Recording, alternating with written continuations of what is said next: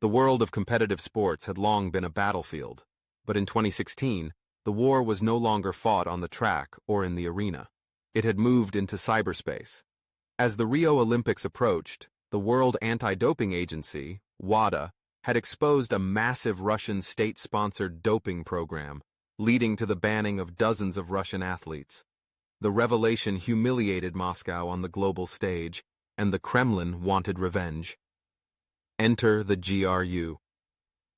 Behind the scenes, elite hackers from Unit 26165, better known as Fancy Bear, launched a coordinated cyber assault on WADA.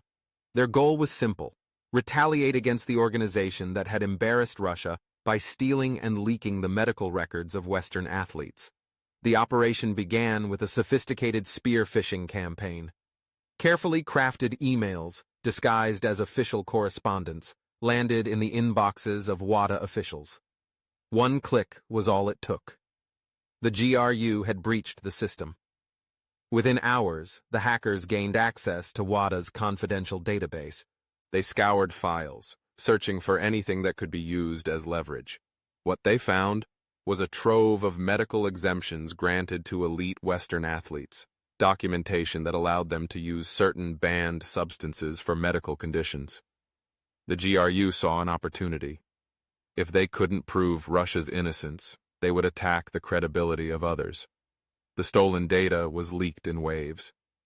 Under the alias Fancy Bear Hack Team, the GRU operatives released documents exposing American, British, and European Olympians who had received therapeutic use exemptions. They spun the narrative to suggest hypocrisy, that Western athletes were secretly doping with permission while Russia was unfairly punished. The goal was not to clear Russia's name, but to create chaos, confusion, and doubt about the legitimacy of anti-doping enforcement worldwide. The leaks caused an uproar. Headlines exploded with accusations, and social media became a battleground of conflicting narratives.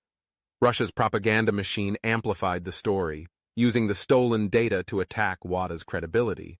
But cybersecurity experts quickly traced the attack back to the GRU, confirming what many already suspected.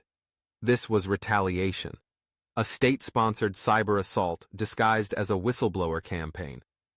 Western intelligence agencies responded, but the damage was done. The GRU had succeeded in muddying the waters, turning an issue of state-sponsored cheating into a global controversy about fairness in sports. Moscow, as always, denied involvement, dismissing the hacking allegations as Western hysteria. The WADA cyber attack was more than just a hack.